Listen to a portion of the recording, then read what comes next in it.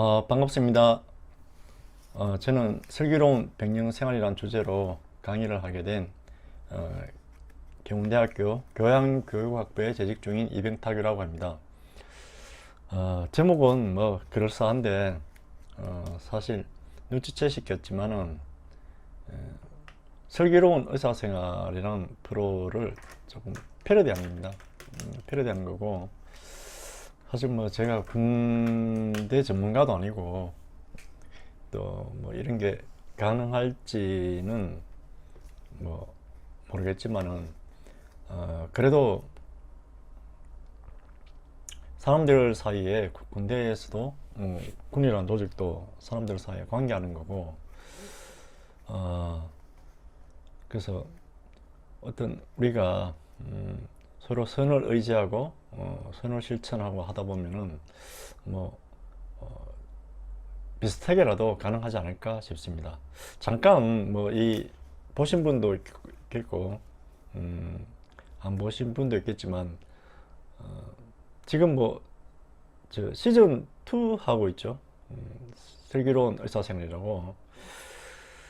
저는 뭐 지금 시즌 2는 거의 뭐 보지 않았고 아마 이제 다 끝나고 한번 몰아서 볼 생각인데, 시즌 1에 뭐 잠깐 소개를 봐서 봤는데, 처음에 볼 때 제가 딱 느낀 점은 너무 비현실적이다.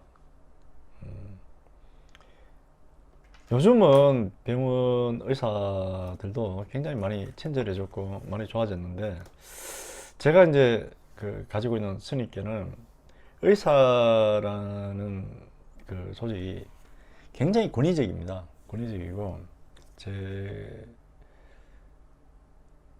기억 속에는 또 이 의사 내의 그 조직이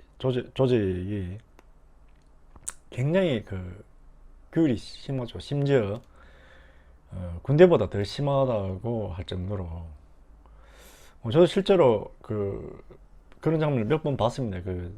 과장급 되는 의사가 밑에 뭐 인턴이든 레지던트든 그런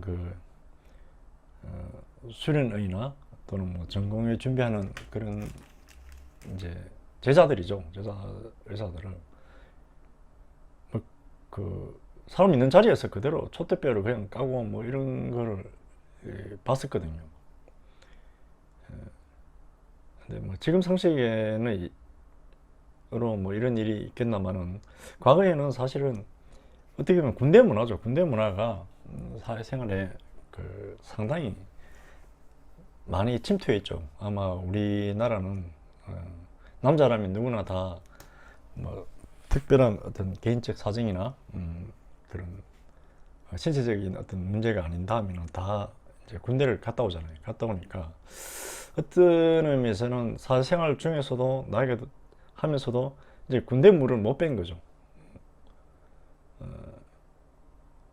그래서 특히 의사라는 조직 같은 경우는 거의 뭐 지도교수나 이런 사람들이 뭐 전문의라든지 또는 특히 병원에 계속 이렇게 남아있을 사람, 안 할 사람, 이런 또는 학위를 하거나 이런데 상당한 권한을 갖고 있기 때문에, 그래서 성공한 의사가 되기 위해서는 뭐 과장이나 뭐 그런 교수급 의사들에 완전히 복종해야 되는 그런 구조였죠. 그죠. 물론 이제 이게 최근에는 제가 몇 년 전에 경험해 보니까 예전하고 정말 많이 바뀌었더라고요. 많이 바뀌고, 심지어 그런 장면도 봤습니다. 이게 제자가 뭐 전문의인데 어떤 자기가 어떤 판단한 것이 맞는지 아닌지 확인하기 위해서 자기 지도 교수를 호출하더라고요. 호출하면서 제가 있는 자리에서 이 호출을 하고 하면서 이제 응답이 없으니까 뭐 혼자 뭐 그런 식으로 말을 하더라고. 아따, 이 양반 또 어디 짱 박혀서 이렇게 연락이 안 되나 하면서 뭐 저보고 잠시 기다려라면서 잠시 저희 교수 만나고 오겠다면서 그렇게 하더라고요. 그런 거 보면서 야, 예전하고 이 시절이 많이 바뀌었구나 이런 걸 느꼈습니다. 그럼에도 불구하고 아직까지 굉장히 경직된 조직 중에 하나가 이제 의사들이죠. 병원이라는 조직인데, 그런데 이제 이 드라마를 처음 봤을 때 지금 화면에 보이는 이 친구들이 전부 다 이제 동기들입니다. 대학 동기고 학부 동기고 또 같이 이제 뭐 열심히 해서 병원에서 지금 이제 교수가 전문의가 되고 이제 교수가 된 사람들이죠. 사람들이고 각자 이렇게 보면은 나름대로 아픔이나 어떤 상처가 다 있습니다. 상처가 있고 그럼에도 불구하고 기본적으로 이제 이게 우리 말로는 좋은 사람이죠. 선하다는 말은 이제 한자 풀이인데 좋다는 의미죠. 선한 사람이라는 것은 좋은 사람을 의미하는데, 근데 이제 구태여 왜 자꾸 선이라는 말을 썼냐면은 이게 이제 좋음이라는 건 이제 좀 이따 이야기했지만 여러 가지 뭐 의미가 있습니다. 그래서 이제 도덕적 좋음을 이제 나타내기 위해서 선이라는 말을 쓰는데, 어쨌든 너무 이 5명의 의사들은 동기들이고 서로에게 친절하고 선한 행동을 할 뿐만 아니라 자기 제자들 또는 자기 스승들 또 환자들에게 너무 좋은 어떤 친절하고 상냥하고 또 심지어 자기 병을 치료하기 위해서 최선을 다하는, 그래서 뭐 이 드라마 내에서는 크게 어떤 극적인 어떤 갈등이나 이런 구조는 없습니다. 뭐 악한 사람이 있고 또 굉장히 심각한 이제 뭐 멜로드라마에 나오는 삼각관계 뭐 그런 구도도 아니고 평범한 일상적으로 벌어지는 일이고, 그 속에서 이제 자기들의 나름대로 이렇게 아픔과 고민이 있는데 서로 의지하고 또 서로 도와주고, 그죠. 제일 인상적이었던 것은 그런 것입니다. 자기 제자들하고 관계가 조금 과하게 표현하면 심지어 제자들을 모신다고 할까? 뭐 그럴 정도로 제자들이 격이 없이 지내고 실수하거나 조금 못할 때도 항상 보도도 주고, 뭐 그럼으로써 전체 이제 병원 내에 그 의사들뿐만 아니라 이제 간호사 심지어 환자들하고도 굉장히 인간적인 선한 관계를 보여주고 있죠. 보여주고 있더라고요. 야, 세상에 이런 경우가 있나? 이게 가능할까? 그래서 처음 말했듯이 너무 비현실적으로 보이더라고요. 근데 이제 뭐 이 드라마니까 그렇겠지만 드라마 말하고 싶은 그런 게 아닌가 싶은데, 정말 사람들이 좋은 행동, 그러니까 선을 의지하고, 그러니까 선한 행동을 하려고 이제 노력하고 또 그 의지한 것을 실천하고, 그래서 사람들 사이에 좋은 관계, 선한 관계를 만들려고 이렇게 노력하다 보면은 서로 적대시하고 미워하고 서로 이제 경쟁자라 보고 그걸 짓누르고 자기 올라가야 되는 이런 경쟁 위주의 어떤 능력주의 구조를 극복할 수도 있지 않을까. 적어도 큰 규모의 국가 단위에서는 이게 많은 노력과 많은 시간과 그런 걸 들인다 하더라도 모두가 선한 사람이 되는 것은 쉽지 않겠지만은 작은 조직 내에서는 그래도 어느 정도 가능하지 않을까. 근데 보면은 작은 내가 속한 뭐 회사든 또는 뭐 직장이든 직장이나 회사 같은 말이죠. 회사든 또는 내가 하는 동호회나 또 여러 가지 모임들 있잖아요. 그죠? 그런 작은 조직들이 그런 선한 관계를 형성하다 보면은 우리 사회도 좀 더 선한 공동체가 될 수 있지 않을까. 뭐 그런 것을 전달하고 싶은 게 아닐까. 뭐 그런 생각이 듭니다.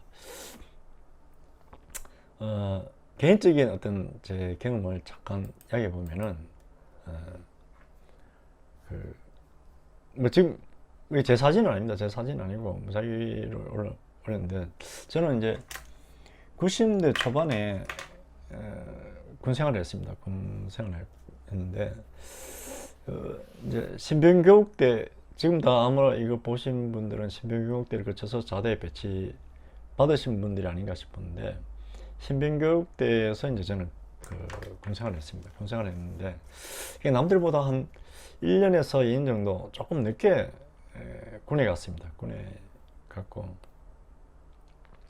좀 대학 생활을 조금 자유롭게 하다 보니까 군 생활이 좀 힘들더라고요. 저는 이제 완전 쌍팔년도 군대는 아니지만은 아직 제가 다닐 때만 해도 이제 구타나 뭐 이런 것도 좀 있었고, 좀 뭐 가혹 행위라고 하죠. 이런 것들도 있었고, 그런 시절이었습니다. 그런 시절이었고,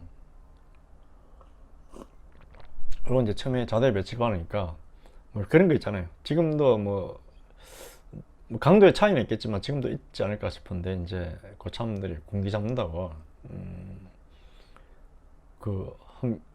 한 일주일 정도, 3일 정도, 한 3일에서 5일 정도는 말도 못하게 하더라고요. 그리고 이제 대답만 하도록 하고, 가만히 앉아서 이제 교본만 이제 공부하게 하고, 저녁이 되면 이제 공부한 거 이렇게 체크하고, 뭐 그런 식으로. 야, 그게 엄청나게 사람 이렇게 힘들게 하더라고요. 차라리 뭐 이렇게 뭐 얼차를 주고 뭐 하는 것보다 가만히 각 잡고 앉아가지고 식사하고 뭐 화장실 가는 시간 외에는 뭐 완전히 그런 뭐 시간을 보냈는데, 그러다 보니까 야, 이게 굉장히 힘들더라고요. 힘드는데 그나마 위로가 됐던 게 이제 제 한 달 고참인데, 저도 조금 늦게 갔지만 저보다 한 서너 살 이렇게 많은 걸로 기억하는데, 거의 80년대 중반 학부입니다.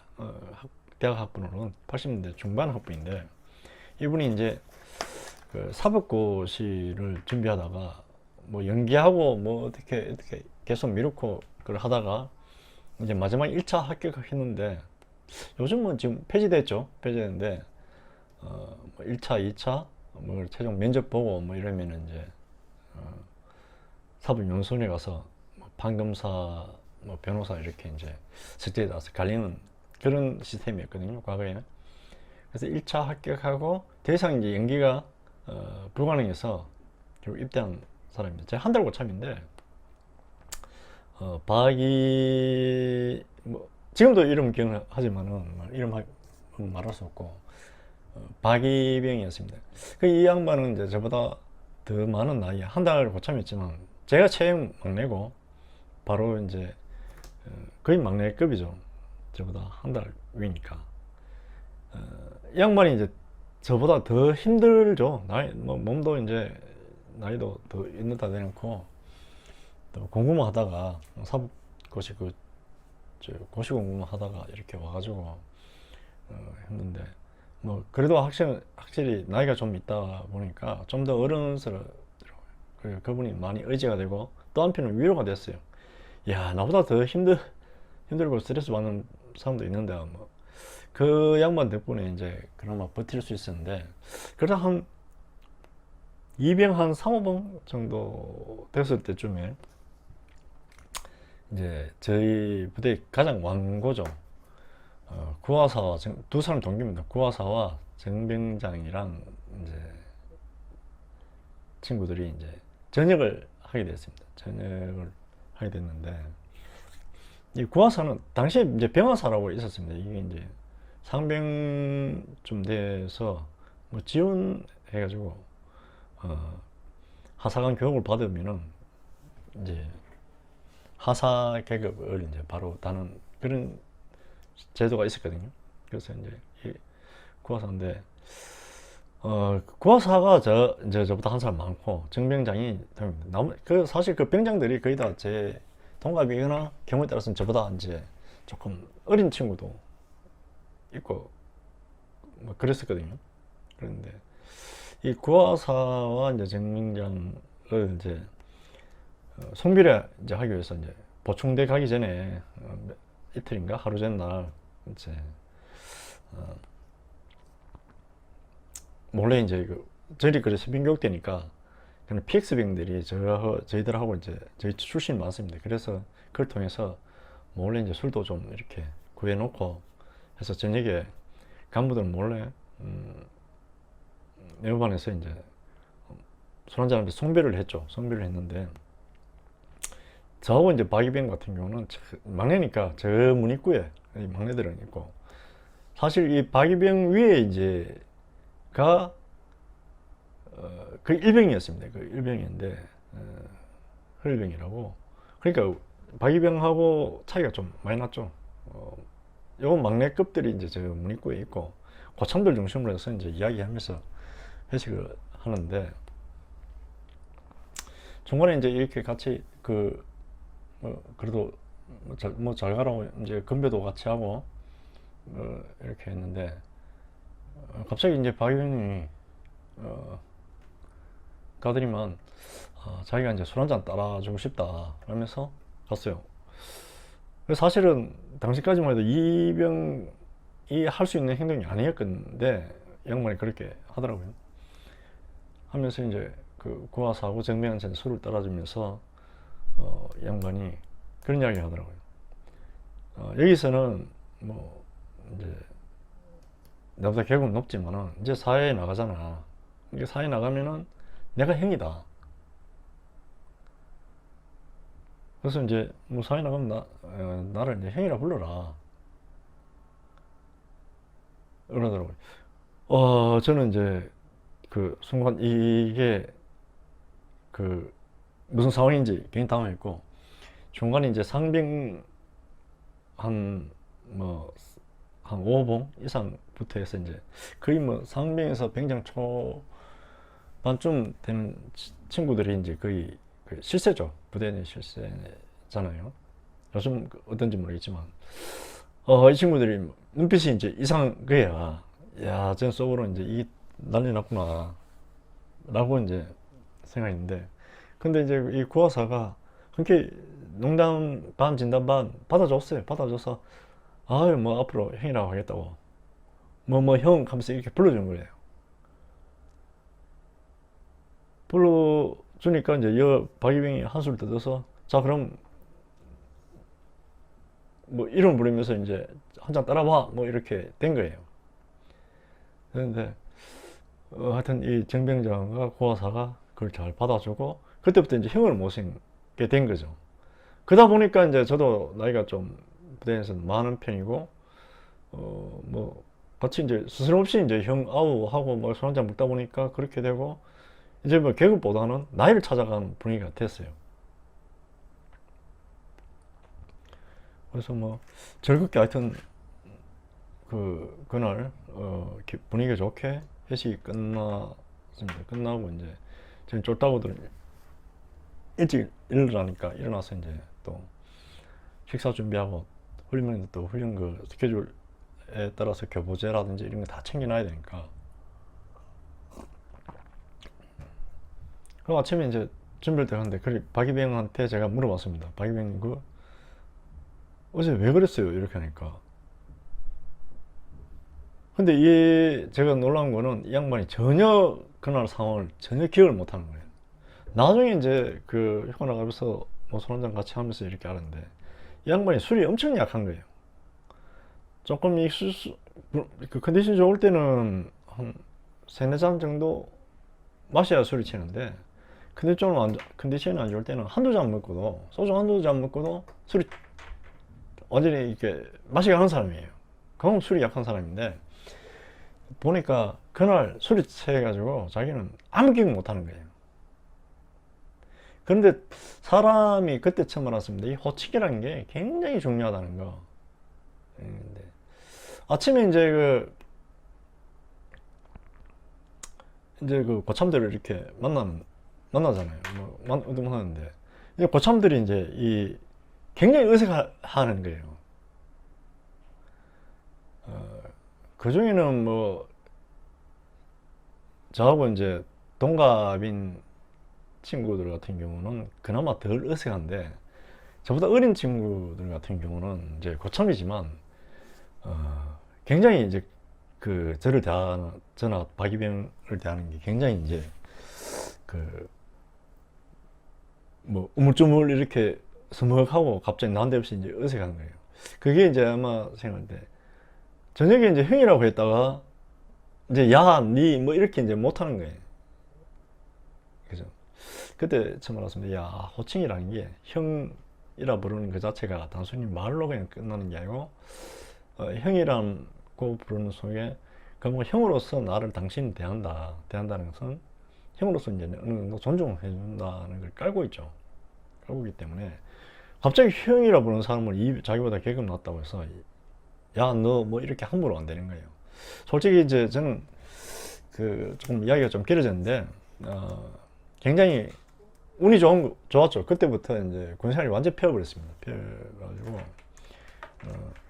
뭐 지금 생각해 보면은 그렇게 한 친구 빼고는 한 친구가 조금 이렇게 우리 뭐 기관병이 16명 정도밖에 안 되는데 한 친구 정도가 조금 애가 못됐고 나머지는 전부 다 뭐 성격 차이만 있지만 그래도 괜찮은 친구들이었는데 이제 형 아우를 찾다 보니까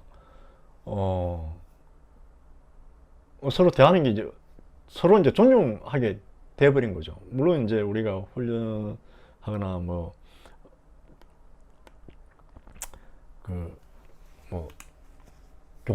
교장을 관리하러 나가거나 교장에 이제 뭐 교육하러 나가거나 또는 무슨 작전할 때 이럴 때는 요새 계급 부르고 박이변 이변 이런 식으로 얘가 지시하고 명령하는 관계지만 그럼 과거와 다르게 이제 네가 이거 안 하면 안 된다 그런 강압적이거나 그런 분위기가 없어진 거죠. 조금 실수하더라도 이제 서로 메꿔주고 덮어주고 서로 도와주는 이런 분위기가 이제 형성되더라고요. 그래서 크게 서로가 슬기로운 의사생활처럼 그렇게 선한 의지가 있고 이렇지 않았지만은 우리나라는 다른 나라와 다르게 나이라는 걸 굉장히 잦잖아요. 요즘은 좀 덜해진지 모르겠지만은 그러다 보니까 계급은 계급대로 그래도 존중하면서 특히 업무나 이제 교육 나갈 때나 이럴 때는 이제 계급대로 존중해주면서 서로 이제 어떻게 보면 인간적으로 존중해주는 이런 관계가 형성되었죠. 그래서 나중에 이제 들어보니까 다른 중대 이제 고참들이 우리 중대 고참들한테 이제 한 소리 하고 그랬던 모양이에요. 야, 밑에 아들 좀 잘 잡아라. 이런 식이었던 있었는데 그런데 우리 사실은 그렇게 지내다 보니까 서로 오히려 분위기가 더 좋고 그렇다고 해서 업무가 잘 안 되는 것도 아니고 오히려 우리가 교장 관리라든지 교육이라든지 뒤에 보건 물품 이 신병 교육 되니까 병력이 한 350에서 400명 정도가 이제 매기수마다 왔다 갔다 하는데 이게 이제 생각보다 보건 물량이 많거든요. 건국부터 해서 나중에 소고까지 전부 이게 이제 보건 물품이 많은데 이거 이제 전 중대원들이 이제 협력해야 이렇게 다 돌아가는 일인데 오히려 이제 서로가 도와주고 이런 챙겨주고 이런 분위기가 되니까 굉장히 원활하게 잘 돌아가는 거예요. 그래서 대신에 저는 이제 어떻게 보면은 뒤에 이제 말년되면 좀 밑에 부사수를 일찍 받고 이러면은 좀 이렇게 짱 박힌다 그러나 자기 시간을 좀 챙기고 이렇게 할 수 있는데 저도 그렇게 했으니까 제 밑에 이제 되는 후임들하고는 원체 이제 좀 편하게 대하니까 거의 업무 시간 외에는 심지어 형이라고 아예 부르고 이렇게 친구들도 많고 이러니까 야, 이 형이라 부르는 놈이 이 골치 아프더라고요. 나중에 지가 이제 이 맡아하고 그 부사수란 놈이 내 이제 일을 잘 못하니까 저한테 이제 도와달라고 징징대는 거예요. 형 제발 좀 도와줘요. 오래 나중에 오래 그게 힘들더라고요. 이게 고참되니까 오래 편할 수 있는데 너무 이제 좋은 관계를 하니까 야이 뭐 그건 농담이 있고 그래서 뭐 그러다 보니까 사실은 제다하고도 뭐 친구처럼 지내는 친구도 있었고 뭐 지금은 오래돼가 서로 연락을 못 하는데 한동안은 같이 연락하고 뭐 일이 있으면 서로 방문하고 뭐 그런 친구들도 있었죠. 모르겠습니다. 여튼 서로 제가 그 이런 장황하게 이야기했지만은 큰 의지가 없었지만은 그래도 조금 슬기로운 군 생활이 병영 생활이 됐지 않는가. 그럼 역으로 조금만 마음을 열고 또 의식이 깨어 있다 그러죠. 생각을 서로 존중하는 그런 마인드로 마음을 바꾸면은 얼마든지 가능하지 않을까. 어차피 그 길면 긴 생활이지만 지나고 나면 굉장히 짧은 시간이거든요. 서로 미워하고 뭐 정오하고 헐뜯고 적대시하고 그래서 서로가 괴롭거든요. 괴로운 일인데 오히려 서로 인간적이고 좋은 관계를 형성하는 것이 서로에게 정신 건강에도 좋고 실제로 감정 소비를 그만큼 할 필요가 없는 거죠.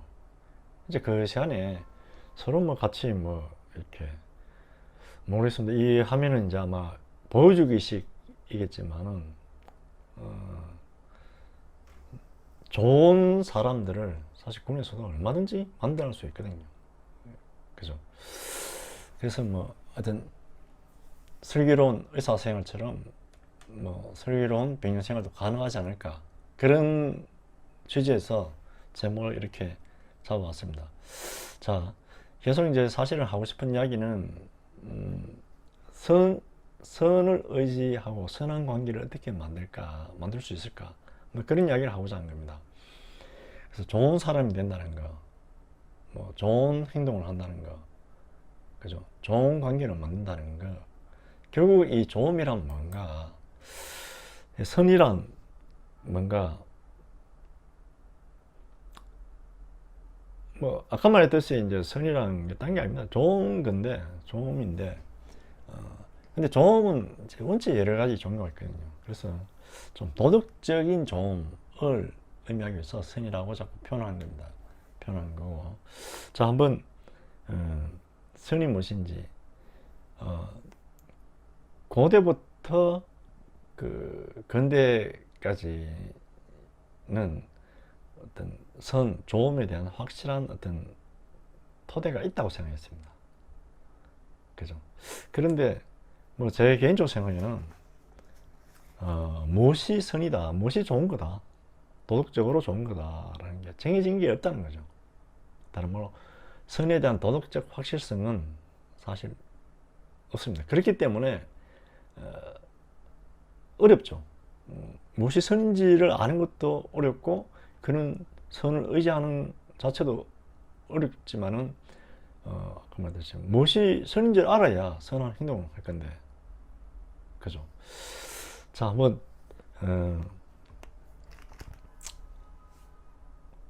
쭉 한번 이렇게 한번 풀어보죠. 아마 여러분은 기억 속에 없지만은 나중에 이제 뭐 결혼하셔서 아기를 낳아보면은 그 좀 아기 키우면서 그 관찰하고 크는 과정을 보는 재미도 상당한 새로운 재미니까 요즘 뭐 서로 결혼도 안 하고 이제 아기도 안 낳는 시절에 가급적이면 결혼해서 지금 인구가 준다고 그러잖아요. 어쩌면은 뭐 앞으로 이 한국이라는 사회 자체가 전속될 수 있을지. 원체 지금 애들을 안 낳는 분위기가 갈수록 더 심화되고 있으니까 저는 대학에 있으니까 이게 이제 피부로 느끼는데 되게 몇 년 전부터 이제 대학 들어오는 학령 인원이 이제 계속 줄어서 특히 올해 초 같은 경우는 많은 지방대에서는 난리가 났었죠.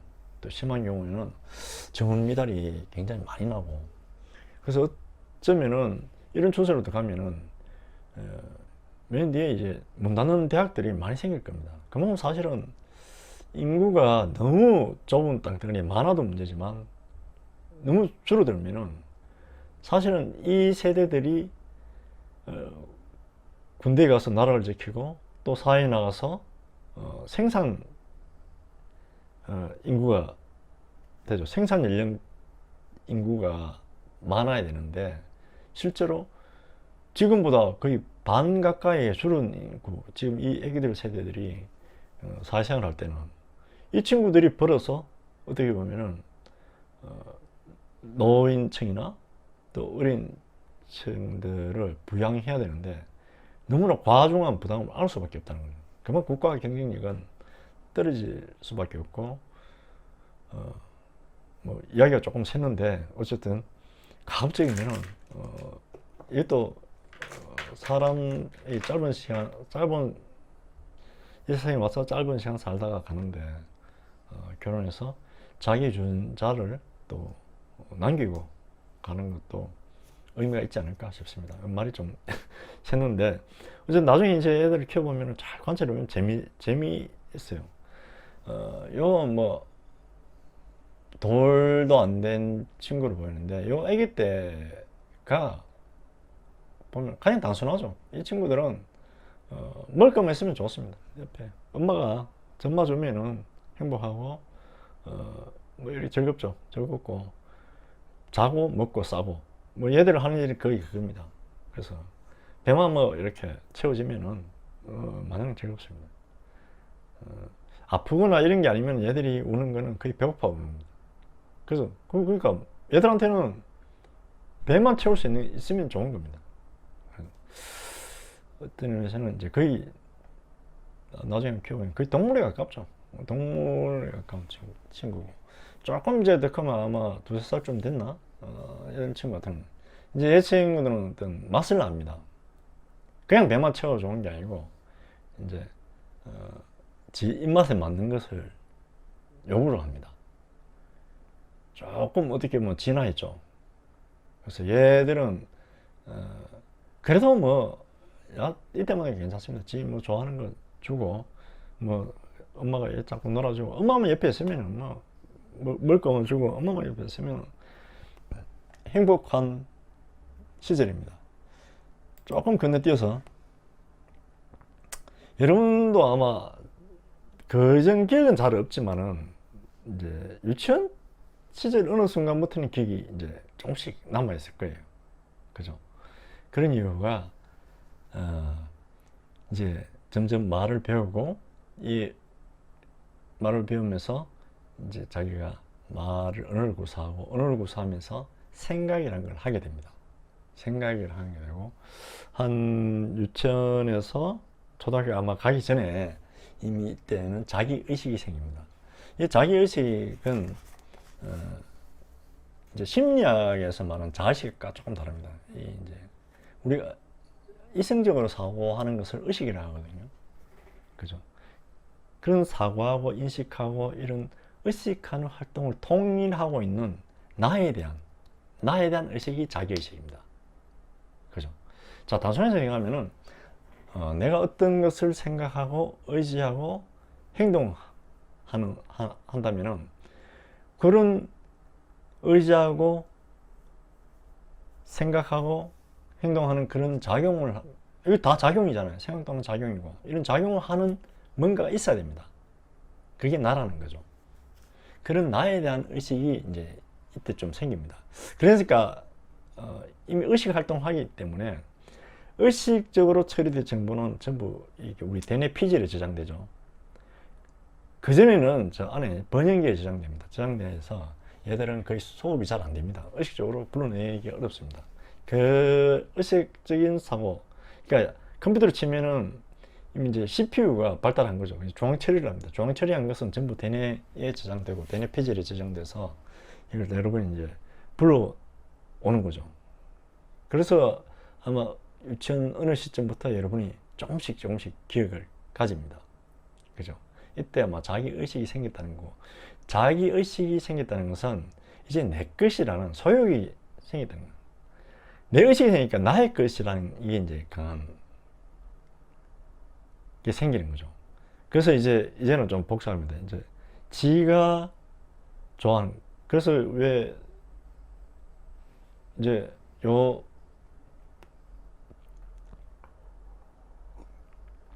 그때쯤 되면은 이제 지가 갖고 싶은 게 있습니다. 막 그거 너무 땡겨놓기도 하고 그런 게 생기고, 이제는 단순히 먹을 것만 해서 좋은 게 아니고 먹을 것 이상으로 이제 친구들하고 같이 노는 게 좋습니다. 단순히 음악만 있으면 되는 게 아니고 친구가 필요한 거죠. 그죠? 이제 이때 이제 보통 이제 우리가 사회적인 어떤 예절부터 해서 규칙을 가르치기 시작하죠. 왜? 말 안 듣거든요. 이게 자기의식이 되니까 지 마음대로 하려고 합니다. 그죠? 그러니까 이제 뭐 밥 먹을 때는 어떻게 해라, 뭐 해라, 뭐 양말을 신으라, 뭐 어떻게 세수를 해라, 뭐 이렇게 이제 하나 이제 규칙을 배우죠. 그래서 통상 미운 7살이라고 하는데 엄마와 가장 충돌이 많을 때입니다. 자, 그러고 이때까지만 해도 이 친구들의 세계의 거의 대부분은 엄마가 차지하고, 이제는 친구들이 좋고 뭐 짙게 생기고, 요거 조금 지나면은 이제 뭐 내 방을 만들어 달라, 내 옷, 뭐 내 거, 이런 게 이제 아마 여러분 기억 속에 있을 거예요. 그래서 그건 자기 의식이 생겼기 때문에 그렇습니다. 이제는 뭘 해도 나라는 게 생깁니다. 내 거, 내가 할래, 뭐 이런 이제 그 표현을 하죠. 자, 조금 건너뛰어서 뭐 이렇게 말하자면 한도 끝도 없어가지고 쭉 건너뛰어가지고 사춘기를 지나고 고등학생쯤 되면은 이제 단순히 먹고 그냥 친구들하고 막 그 게임하고 뭐 이런 게 아니고 좀 더 이제 조상적이고 이상적인 가치를 추구합니다. 먹고 뭐 마시고 놀고 뭐 그것만 좋은 게 아니고, 이제는 뭐 이게 좀 이제 도덕적 가치, 이 가치가 다른 말로 이제 가치 중에 가장 우리 도덕적인 가치 중에 가장 중요한 게 이제 선이라고 하죠. 선인데, 이제 도덕적 가치에 대해서 이제 눈을 뜨죠. 이제 어떤 의미에서는 이제 먹고 마시고 하는 동물의 단계를 많이 건너뛰어서 어떻게 보면 인간만이 할 수 있는 이상적인 것을 추구를 하죠. 그죠? 그럴 이때가 이제 보통 우정이나 사랑, 의리 이런 게 생깁니다. 제가 예전에 이제 학생들하고 수업하다 보면은 그때 이제 뭐 그런 걸 한번 해봤어요. 이렇게 자기 소개를 하는데 그러니까 나의 관점에서 1인칭 시점에서 이제 자기를 소개하지 말고 제 3자의 관점에서 3인칭 관점에서 그 사람이 누군지, 그러니까 자기를 그런 식으로 소개해봐라고 한 적이 있는데, 이런 수업할 때 가장 많이 하는 게 어떤 내용이냐면은 고등학교 시절에 이제 인생에 이제 어떤 또는 평생을 같이 할 친구, 평생 영혼의 뭐 단짝을 만났다. 이때 이제 친구가 굉장히 중요하죠. 뭐 보통 이학생들 같은 경우보다 사실 더 앞서죠. 이학생들이 빨리 이제 이렇게 이학생들은 아마 초등학교 후반이나 중학교 좀 되면 뭐 남학생보다 그게 많아요. 삼총사, 뭐 오총사, 뭐 이런 게 굉장히, 요즘은 모르겠지만 하여튼 일 보면은 굉장히 많고, 이제 남자 같은 경우는 이제 의식 발달이 조금 여자들보다 늦은 것 같아요. 그래서 보면 고등학생쯤 돼야 이제 우정, 의리 막 이제 가령 늦게 이제 이렇게 생겨서 의식이 발달해서 더 그런지 의리가 막 엄청 그죠. 난 거죠. 이 의리는 아마 의리를 추구하는 건 대학교 또는 사회생활 초반까지도 가더라고요. 저도 뭐 고등학교 때 특히 삼국지를 많이 읽어서 그런지 의리 이게 막 대단한 건 줄 알고, 특히 대학생활에 할 초반에 그놈의 의리 때문에 학점을 F를 2개나 맞았습니다. 한 번은 정말 열심히 듣는 수업이었고, 그 교수님 수업은 제가 많이 내가 준비를 하고 또 성적을 잘 받고 싶은 수업이었고, 저는 사실은 학점에 그렇게 신경 안 썼어요. 안 써요. 그래서 여러 과목 뭐 다 하는 것보다 내한테 맞는 과목, 거기 그 교수님이든 아니든 과목 명이든 간에 내한테 맞는 수업 한두 개 이제 만 조지는 어떤 이런 식의 편식을 하는 스타일이었는데, 그 수업은 제가 그 전부터 이제 그 교수님한테 듣고 싶었고, 그러니까 강의 시작하기 전부터 준비를 하고 수업을 듣고 했었는데, 그 다음날 시민들 친구가 그 전날 새벽에 전화 온 거예요. 부산 광안리에 혼자 있다고. 당시만 해도 이제 휴대폰 이런 게 없는 시절이잖아요. 새벽에 그 전화를 받고, 뭐 저 대학생 뭔 돈이 있습니까? 그래서 몰래 이제 부모님 저 엄마 지갑에 돈을 뭐 지갑 열어보니까 돈이 3만 원이더라고요. 몰래 훔쳐가지고 친구 때문에 이제 도둑질까지 했죠. 순간 갈등을 했죠. 내일 9시인가 10시인가 하여튼 그 시험인데, 이 친구를 택할것이냐 그 시험을 택할거냐 갈등을 하다가, 친구가 저희 얼마나 힘들면은 저 바닷가에 혼자 소주 처먹고 앉았겠나 싶어서 이제 훔쳐서 나가서 이제 첫차 타고 기차 타고 이제 부산 가서 친구를 찾아갔었죠. 왜? 그때만 해도 뭐 가장 중요한 거, 가장 좋은 거는 친구의 의리를 지키는 거라고 생각했기 때문에, 그래서 안타깝게 그 때문에 가장 준비 많은 수업을 F 맡기도 했습니다. 뭐 지나가면 그렇게 그게 의미 없는데, 그때만 해도 그게 왜 그렇게 친구라는 게 중요했던지 모르겠어요.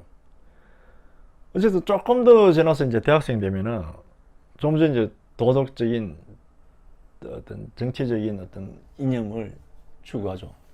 그래서 뭐 이거 한때 우리나라에 90년대 초반까지 많이 그랬죠. 이제 시위가, 대학생들 시위가 엄청 많았었는데, 이때 이제 대학생 좀 되면은 이제는 뭐 개인 간의 의리 이런 것도 중요하고, 뭐 우정 이런 것도 중요하고, 물론 이제 먹고 마시고 뭐 이런 다 노는 거 이런 거 다 좋은 거죠. 다 좋은데, 이제는 이제 좀 더 이념적인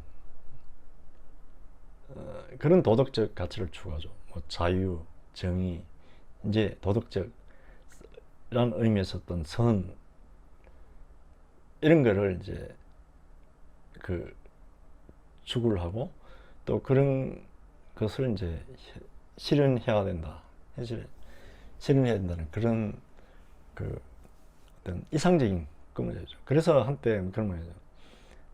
젊었을 때 진보적이지 않은 사람이 없고, 뭐 40대인가? 나이 들면 다 또 보수적으로 되고 뭐 이런 식이었던 건데, 그게 이제 어떤 의미에서는 이상을, 젊으니까 뭐 꼭 그렇다는 게 아니고, 젊으니까 이상을 생각하는 거예요. 이상적인 가치, 이상적인 어떤 선을 생각하는 거죠.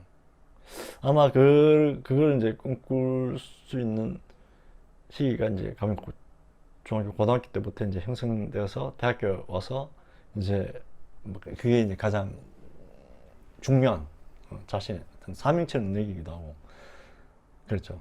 어떤 의미에서는 우리나라만 그런 게 아니죠. 뭐 유럽은 68 학생 운동이 어마어마했죠. 사회를 바꾸는데, 사회를 오늘날 민주주의가 이렇게 발전하는데 사실은 이 대학생들이 큰 기여를 했다고 할 수 있습니다. 그런데 이제 이 시가 좀 더 지나면은 혹시 이 장면 보신 분 있나요? 이거는 이제 드라마가 조금 돼가지고 못 보신 분도 꽤 있으실 건데, 미생이라는 드라마입니다. 미생이라는데 그 밑에 보실지 모르겠지만은 글자를 보시면은 이런 말이 있습니다. 오늘 하루도 견디느라 수고했어. 내일도 버티고 모레도 견디고 계속 살아남으라고. 그죠? 이거 이제 기업의 옥상입니다. 정말 힘들고 스트레스 받을 때 이제 옥상에 와서 담배 한 대 피고 커피 한 잔 마시면서 그 괴로움을 이제 달래고 뭐 그런 애환이 있는 옥상이죠. 자, 안타깝게도 대학 생활을 그렇게 이상을 꿈꾸고, 그래서 자기가 이제 사회에 나가서 그런 것을 이제 사회에 실천하고 싶은 어떤 의지도 가지고 하지만은, 막상 사회에 나가면은 뭐 전부는 알겠지만 대부분 사람에게 이제 가장 좋은 것은, 가장 선은, 최고의 선은, 가장 최고의 가치는 돈이 됩니다.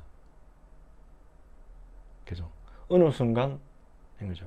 돈을 쫓아서 자기가 살고 있다는 걸 깨닫게 되는 거죠. 왜?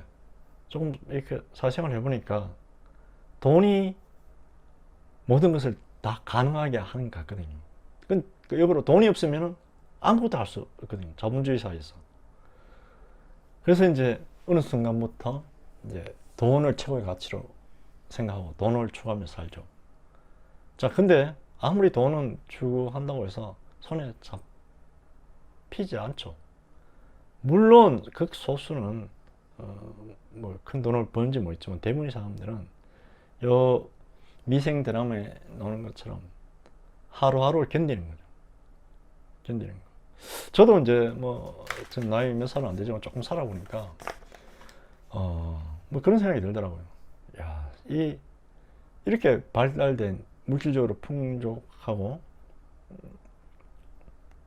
사회적으로도 굉장히 안정되고, 물론 아직도 지금 아프가니스탄 사태나 미얀마 사태 이런 거 보면은 아직도 수많은 고통과 억압은 정정하고 아직도 종속하고 많은 사람들이 괴로움을 겪고 있습니다. 실제로 지금도 세계의 4분 인구의 70억 인류의 한 4분의 1 정도는 하루 2,300원 정도로 이렇게 사는 극빈층이죠. 어쨌든 간에 우리는 힘든 시기도 있었지만, 그런 거 보면은 우리 계층세대들이 기존에 지금 이제 할아버지가 된 세대들, 또 그 이후의 세대들이 엄청난 노력을 했죠. 노력을 해서 지금 현재는 우리나라 경제력, 단순히 경제력이 세계 10위 안에 들어간다는 문제가 아니고, 앞으로 세계의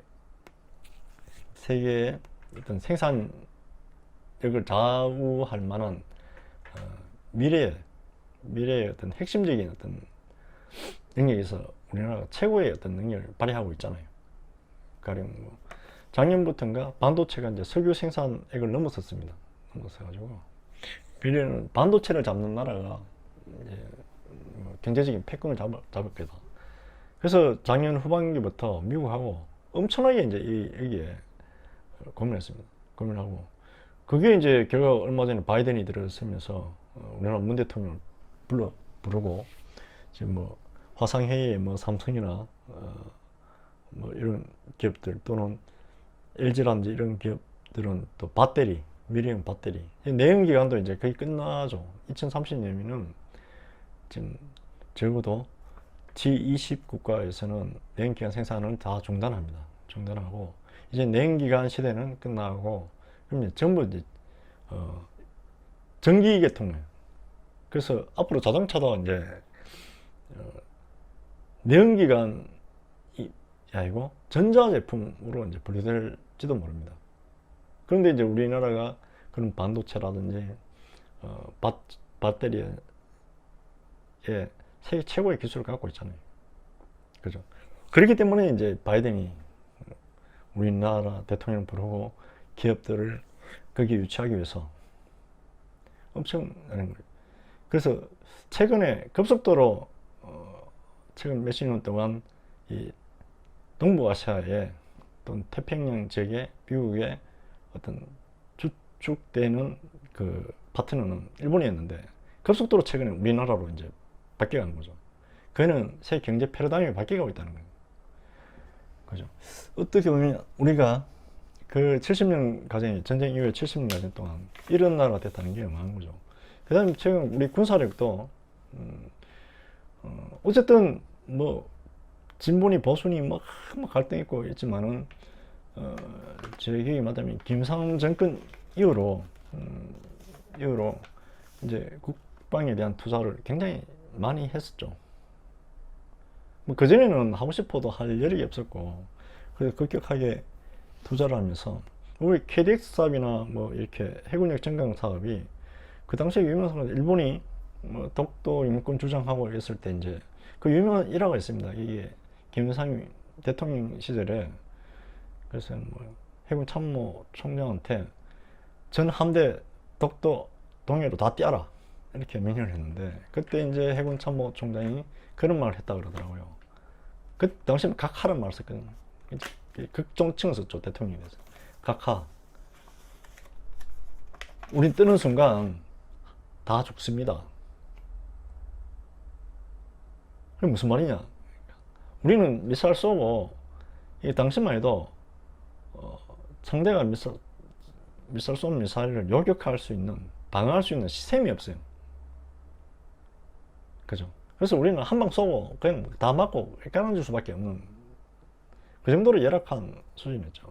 그때부터 이제 해군 현대화 계획, 뭐 공군 현대화 계획, 이런 사업들이 뭐 진행되면서 최근 올해 이제 통계에 세계 군사 6위의 어떤 강국으로 부상했다는데 개인적으로는 뭐 우리가 국방이 세져 가지고 뭐 단호한 침략하자 이런 게 아니고 우리가 그런 걸 많이 겪었잖아요. 우리가 힘이 없을 때 얼마나 과시를 받았고 얼마나 많은 고통을 왜 주변에 굉장히 패권주의 국가들이 큰 두 나라가 있잖아요. 중국이나 뭐 북한은 말할 것도 없이 지금 어떤 의미에서는 핵을 뺀다면 북한하고 우리는 전력차가 원체 커서 어떻게 보면 북한 문제보다는 지금 가장 떠오르는 문제는 끊임없이 독도를 자기 땅을 주장하는 일본이나 그죠?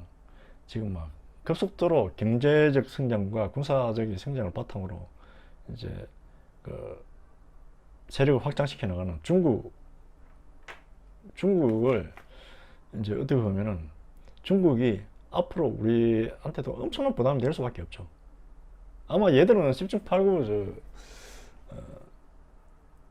우리 칠광구 쪽인가? 마라도 뭐 밑에 그쪽 그런 쪽에 쉽게 이제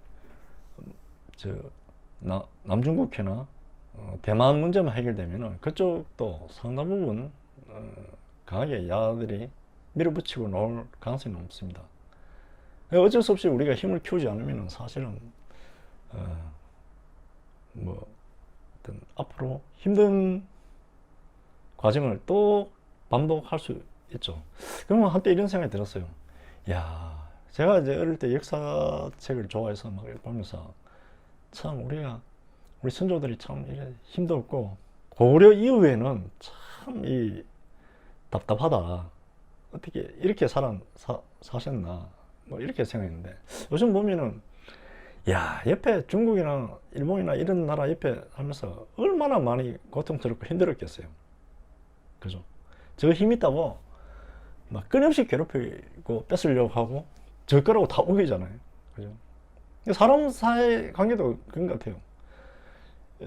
어느 시기까지는 이제 육체적으로 뭐 주먹이 세고 뭐 이런 친구들이 이제 힘을 행사하는데 사회 나가면은 이제 결국은 누가 돈 있는 놈이 이제 다른 사람을 이제 수단으로 취급하는 거죠. 인간은 목적으로 돼야 되는데 뭐 어떤 행위에 그 사람을 위해서 어떤 행위가 이루어져야 되는데 그죠? 어떤 자기가 이익 보기 위한 어떤 수단으로 이렇게 사람을 생각하죠. 그게 이제 오늘날 사회잖아요. 마찬가지로 국가 간에도 마찬가지입니다. 그래서 어떤 의미에서는 여러분들이 힘든 시간을 보내지만은 여러분들이 있기 때문에 우리나라가 뭐 경제적인 어떤 그 힘을 키울 수 있고 또 사람들이 안심하고 미래를 설계할 수 있는 그걸 배경을 만드는 거죠. 어떤 의미에서는 이런 희생들이 있기 때문에 지금은 그렇잖아요. 미국이 왜 우리한테 저렇게 강하게 지금 이제는 자기 도와주는 이런 국가 그 동맹에서 파트너라는 개념으로서의 동맹으로 완전히 바뀌었잖아요. 최근에 보니까 아프가니스탄 그 조력자들 탈출시킬 때 미국이 다른 나라 다 제껴놓고 우선적으로 우리나라에 협조했다 그러더라고요. 왜 그럴까요? 그죠? 지금 미국도 지금 혼자 중국을 견제하기는 버겁습니다. 버거운데 뭐 강력한 이제 경제력과 군사를 갖고 있는 우리나라의 도움이 절실하게 이제 요구되는 거죠. 한편 보면 이게 굉장히 관계무량한 거죠. 언제나 미국이나 뭐 다른 큰 나라 눈치 보면서 살다가 이제는 같은 동료로 이제 대우를 받는 위치에 있었으니까 서게 됐으니까 그 이야기가 많이 길어졌는데 그럼에도 불구하고 우리 나름 한편으로 생각하면은 산업이 엄청 발달한 거죠. 다른 나라 보면 이 자본주의 문화가 이제 전면화됐고 자본주의 문화가 전면화되다 보니까 경제적으로는 굉장히 많은 어떤 생산을 증대하는 효과를 가졌지만은 사람들은 어떻게 보면 돈을 위해서 사는 존재가 된 거죠. 그래서 뭐 그렇잖아요. 지금 여러분도 아마 그런 그 느낌인데 이제 군대 나가면 모든 게 다 해결될 것 같지만은 뭐 이제 곧 뭐 대학으로 돌아가는 사람은 그나마 좀 낫고 그렇지 않은 사람들은 이제 전부 취업을 준비하잖아요. 대학도 마찬가지입니다. 이제 군대 갔다 오면은 나이가 이제 뜨니까 그 전하고 완전 다르더라고요. 저도 이제 이렇게 학생들하고 수업해 보면은 군대 가기 전에 남자애들하고 군대 갔다 온 남자애들하고 이 학생들이 뭐라고 표현할지 모르는데 군대 갔다 온 친구들은 일단 대화가 돼요. 대화가 되고 저는 이거 수업해보는 거 재밌더라고요. 군대 가지 않은 친구들은 아직 어떤 의미에서 애예요. 아직도 뭐 어리 우정 뭐 그게 나쁘다는 게 아니고 정말 자기가 현실에서 뭐를 할 수 있을까 또 뭐를 해야 되는가 이런 거 준비를 전혀 한 의식도 없이 천지 모른다면은 군대 갔다 오면은 이제 아마 그런 건 있는 것 같아요. 군대가 많은 것을 희생시키지만은 한편으로는 어떤 많은 걸 생각할 수 있는 여백의 시간이 나중에 돌이켜 보면은 여러분이 이제 갔다 와서 이제 취직하고 직장 생활을 하고 이렇게 하다 보면은 그런 여백의 시간이 거의 없습니다. 자기를 돌아보고 무엇을 할 것인가, 무엇이 내 삶의 가치 있는 것인가, 이런저런 뭐 온갖 고민을 하고 그런 여백의 시간을 가질 수 있는 시간도 거의 많지 않은 것 같아요. 어떤 의미에서 그런 의미에서는 군대란 게 짧고 길면 긴 그 시간이 사람을 많이 성숙해 하게 만드는 게 아닌가. 그래서 이렇게 군대 갔다 온 친구들하고 수업하면은 무슨 하여튼 대화가 돼요. 대화가 되고 일단 그 사람 이야기 기규를 짜고 받아들일 자세가 된 것 같아요. 뭐 어쨌든 안타깝게도 왜 저렇게 좋은 게 점점 이제 가서 이상적인 가치, 도덕적 가치, 정치적 어떤 가치를 꿈꾸고 실현하고자 하는 한참 그런 해서 왜 사회에 나가면은 돈 때문에 힘들어하고 돈 때문에 기뻐하고 뭐 하여튼 이렇게 돈이 최고 가치가 된 삶을 살게 되는지 그런 건 안타까운데 자 뭐 제가 하고 싶은 이야기는 뭐 그거죠. 이 좋음이란 것은 정해진 게 없다.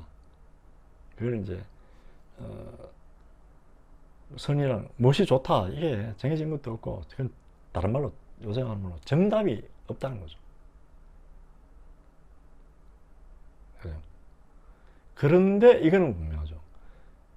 아까 말했 간단쟁이 때, 또 유치원 때, 그때 조언하고 단순히 그는 사실 동물들도 좋다고 생각할 수 있는 것들이죠. 그런데 인간은 단순히 자기 보존 행위 이상의 어떤 자기 보존 행위 이외에 어떤 가치 있는가, 가치 있다고 생각하는 것을 추구하는 거죠. 그 가치 있다고 생각하는 것이 이제 선입니다. 자, 그게 뭔가를 이야기하고 싶은 거죠. 어, 음, 자, 우리가 아까 이제 어린 시절을 잠깐 상기하면 이렇게 됐지. 간단장이 때 또는 간단장이 때 배만 먹을 것만 있으면 좋다고 그랬죠. 좋은 거 좋으니까 이제 행복한 거죠. 행복하고 이제 어느 순간부터 그거는 이제 도덕적 선은 아닙니다. 좋음이지만 근데 언제부터 이제 도덕적 선으로 바뀌느냐? 이것도 뭐 칼로 자르는 그 경계나 이런 게 있다는 것은 아닙니다. 그래서 단순한 어떤 조음이 도덕적으로 되는 것은 어, 단순히 뭐 배만 채우고 뭐 맛있는 달콤한 빵 먹고 좋아하는 거 그런 자기한테만 좋은 거죠. 그걸 넘어서 다른 사람에게 좋은 거, 그러니까 나에게 좋은 선이 다른 사람에게 선이 되는 거, 또는 적어도 내가 어떤 행동을 했을 때 다른 사람에게 해가 되지 않아야 한다는 거, 다른 사람 권리를 침해하지 않아야 된다는 그런 고려 생각과 관련될 때 이제 도덕적으로 바뀌는 거죠. 그죠?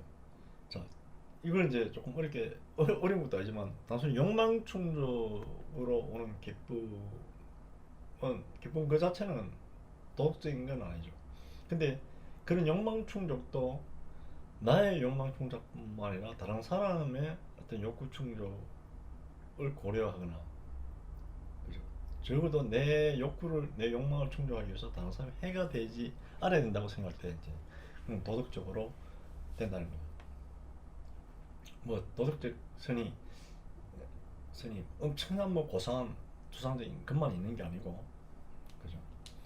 더 큰 것을 오른 가령 아까 자유나 정의나 이런 가치, 도덕적 가치도 있고, 단순히 자기가 고 하던 행위가 옳은지 선한지 그것도 선이지 도덕적인 거죠. 자, 그래서 여기서 이야기할 것은 도덕적으로 좋다는 것, 선은 관계 속에서 승리한다는 거죠. 다음적으로 인간이 혼자 산다면 도덕은 필요 없습니다. 그죠? 또 인간이 같이 모여 산다 하더라도 자기 의식이 없다는 겁니다. 자기 의식이 없다는 것은 스스로 사고하지 못한다는 거고 자율적으로 판단하지 못하는 겁니다. 자율적으로 행동하지 못하고 판단하지 못하는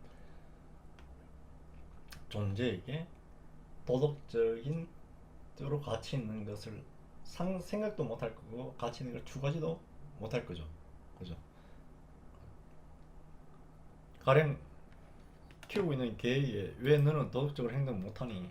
도덕적 선을 추구하지 않니? 이렇게 말하진 않죠. 그죠? 그 친구들은 의식적인 자율적인 사고를 할 수 없고 그렇기 때문에 자기 의식을 가지고 있지 못합니다. 그죠? 자의식은 물론 있습니다. 의식적으로 어떤 자기 가치 있는 것을 판단할 수 있는 능력을 갖고 있지 못하죠. 자, 어떤 면에서는 그래서 그런 것이 어떻게 인간이 도덕적 존재, 도덕적 선을 추구할 수 있는 어떤 인간의 족구인 거죠. 자, 그거 맞물려서 왜 그러면 인간은 욕구 충족 이상의 가치를 추구하는가? 요걸 하면서 우리가 답을 찾아가 보도록 해보죠. 자, 결론적으로 뭐라면은 인간은 타자와 상호관계하는 존재이다. 아까 말했듯이 도덕적 선은 관계 속에서 성립한다 그랬죠. 마찬가지 그 관계 속에서 성립한 이유는 인간이 원래 홀로 존재하는 게 아니고 타자와 상호관계하는 존재입니다. 타자는 내가 아닌 것은 다 타자죠. 내가 아닌 것은 다 타자입니다. 나에 대해서 다른 사람은 전부 타자입니다. 나에 대해서 나무나 숲이나 뭐 자연에 있는 사물 전부 타자입니다. 마찬가지로 심지어 내 자기 의식은 어떤 의미에서 정신을 이야기하죠. 정신의 어떤 의식적 작용과 관계하는 거죠. 그런 의미에서 정신이 아닌 육체나 육체적인 것들은 전부 정신에 있어서는 다 타자입니다. 그죠?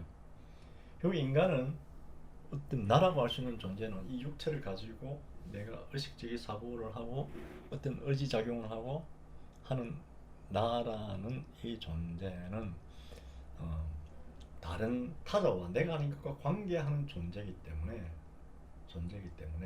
이 관계에서 내가 어떤 것을 하는 것이 옳은지 좋은지 이런 문제가 발생한다는 거죠. 즉 결국 밑에 보면 상호성이라는데 이게 상호성은 다른 말이 아닙니다. 서로 관계하는 성격을 가진다는 거예요. 서로 의존하고 영향을 주고받는 서로 그런 호혜적 관계, 서로 영향을 주고받는 그런 상호성의 본성을 인간은 갖고 있다는 거죠. 인간 본성이 하나의 고립된 것이 아니고 서로 관계하는 본성을 가진다. 이렇게 생각하시면 됩니다. 자, 이거는 이제 말로 이렇게 풀어하면은 아까 말했듯이 자기의식이 없다면, 그죠? 자기의식이 없다는 것은, 그죠? 나에게 좋은 거, 나에게 가치 있는 것을 생각하지도 못하고 추구하지도 못할 거죠. 그죠? 그래서 자기의식이 없다면은 자기성 존재에게 도덕적 선언 또는 도덕적 가치는 있을 수가 없죠. 그럼에도 불구하고 자기의식을 가진 이 사람들이, 개인들이 혼자 산다면은 아까 말했듯이 관계 속에서 성립하는 도덕적 선을 추구하지 않습니다. 그래서 도덕성을 가지지 않습니다. 안 할 겁니다. 그죠? 그런데 이 자기의식을 가진 개인들이, 그렇죠? 얼마나 우리 한 번도 5천만이 넘는다 그러죠. 5천만이 넘는 사람들이 함께 모여서 협력하는 존재를 유적 존재로 합니다. 함께 모여서 사는 그런 유적 존재가 아니라면, 그러니까 단순하게 함께 모여서 살지 않다면, 홀로 산다면 마찬가지로 도덕은 필요 없다는, 도덕적 선은 추구하지 않는다는 거죠. 그죠? 또 인간이 자기의식을 가지고 같이 모여 산다 하더라도 의지가 없다면은 선의지는 딴 게 아닙니다. 선을 의지하는 것을 선의지라고 합니다. 물론 이걸 이제 학자에 말해서 선의지란 또 실체가 있다 이렇게 생각하지만 저는 개인적으로 선의지는 다 선을 의지하는 좋은 거, 가치 있는 것을 의지하는 것이 선의지입니다. 그죠? 자, 그런데 여기서 하나 더 앞에 보면은 의지는 어떻게 가능하나?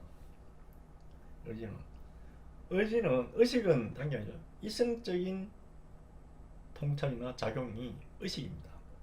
의식이고, 이 의식 작용과 육체는 뭐냐면, 육체에서 나오는 거는 충동이나 욕구죠. 우리가 어떤 것을 하고자 하는 충동이 욕구가 없다면 어떤 행위가 일어나지 않죠. 그죠? 제가 갈증이 나고 그래서 음료수를 마시건 그런 욕구가 있기 때문에 저는 손을 움직여서 이 음료수를 마시는 거죠. 의지가 작동하는 거죠. 그래서 육체적 충동이나 그 욕구가 없다면 의식만으로는 의지는 작동하지 않습니다. 나오지 않습니다. 그래서 예를 들어서 수학 문제 잘 푸는 사람이 어떤 실천적 행동을 잘하고 이런 건 아니죠. 근데 실천적 행위를 하기 위해서는 의지가 작용돼야 됩니다. 근데 그 의지는 어떻게 하느냐? 어떤 하고자 하는 충동과 의식의 어떤 긴장된 작용 속에서, 그죠? 왜 긴장된 상호작용이냐면은 의식은 충동을 자꾸 통제하려고 합니다. 그죠? 충동은 통제와 상관없이 어떤 일어나는 충동에 따라서 어떤 걸 하고자 하는 겁니다. 그래서 어떤 의미에서는 인간은 어린 시절부터 인간의 인간화되는 과정, 사회화되는 과정은 이 충동이나 욕구를 조절하는 그 사회가 필요한 어떤 규칙이나 그게 맞추도록 끊임없이 이제 따듬는, 길들이는 그런 과정입니다. 그죠? 만약 그런 게 없으면은 완전 동물처럼 행동할 거고, 그죠? 그렇다고 해서 너무 의식만 강조해버리면은 무기력한 사람이 됩니다. 어떤 것 생각은 많은데 어떤 것을 실제 행동을 못 옮기는 사람, 실천적 행동을 못 옮기는 사람이 되어버린 거죠. 그래서 이 의지가 가라앉으면 의식과 이 육체라고 하는데 육체적 충동으로 보시면 됩니다. 윤리적으로는 통상 과거에는 욕구란 말을 썼고, 어떤 것을 하고자 하는 욕구, 심리학이 발달하면서 그 이후에는 이제 충동이란 표현을 썼는데, 어쨌든 충동이나 욕구는 욕망에서 나온 겁니다. 이제 육체에서 나온 겁니다. 그래서 의식과 육체적 충동의 어떤 긴장된 상호작용 속에서 의지가 나오고, 이런 그 의지가 있기 때문에 의지 가운데도 선을 의지하는 선 의지 자체도 가능하게 된다. 만일에 의지가 없다면 선의 자체도 없는 거죠. 무섭죠. 자, 결국은 인간이 자기 의식을 가지는 의식적 사유를 하면서 의지의 행위를 하고, 의식적 사유를 하니까, 그죠? 결국은 우리가 의식적 사유는 이성적인 통찰입니다.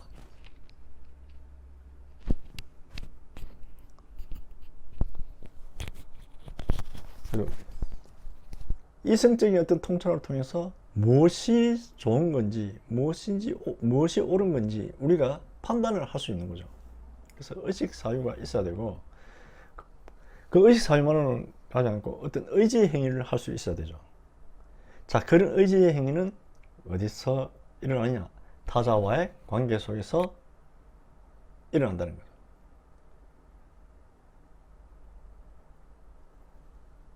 그죠? 그렇기 때문에 인간의 중요한 다른 사람과 나의 선한 관계를 형성하는 것이 굉장히 중요하고, 그죠? 또 그런 관계를 유지하고 정진하는 선한 공동체를 만드는 것이 우리 사회나 정치의 주된 관심사가 되는 거죠. 왜 공동체와 이제 그 사회는 조금 의미상 차이가 있습니다. 독일어로는 이제 공동체 게마인샤프트고 사회는 게젤샤프트인데, 둘 다 이제 모연 집단을 의미하는데, 게젤샤프트는 뭐냐면 이익을 위해서 모인 사회. 그러니까 이 근대에 자본주의가 발달하면서 생성된 사회가 게젤샤프트죠. 여기 이제 어떤 의미는 사회라는 의미고, 이제 공동체는 이제 그런 선이나 이념, 공동의 어떤 목적이나 어떤 선을 목적으로 모인 집단을 공동체라고 하죠. 어떤 의미에서는 단순히 이제 오늘 사회가 점점 이익을 위해서 모여서 사는 집단으로 돼버리니까 서로의 이제 공동의 선을 추구하지도 않고, 그러니까 서로 같이 할 수 있는, 연대할 수 있는 게 없어지죠. 전부 다 옆에 사람들이 경쟁자입니다. 그죠? 어떤 의미에서는 이게 이제 근대의 도덕 중심에서 법 중심으로 바뀐 계기이기도 하고, 이 법 중심으로 바뀌다 보니까 모든 인간 간의 갈등이라든지 어떤 문제를 어디에 호소하면 법을 통해서 해결합니다. 그러다 보니까 어떻게 됩니까? 이웃 사람들은 언제든지 내 권리나 내 이익을 침해하면 소송을 제기할 수 있는 경쟁자에 불과하게 됩니다.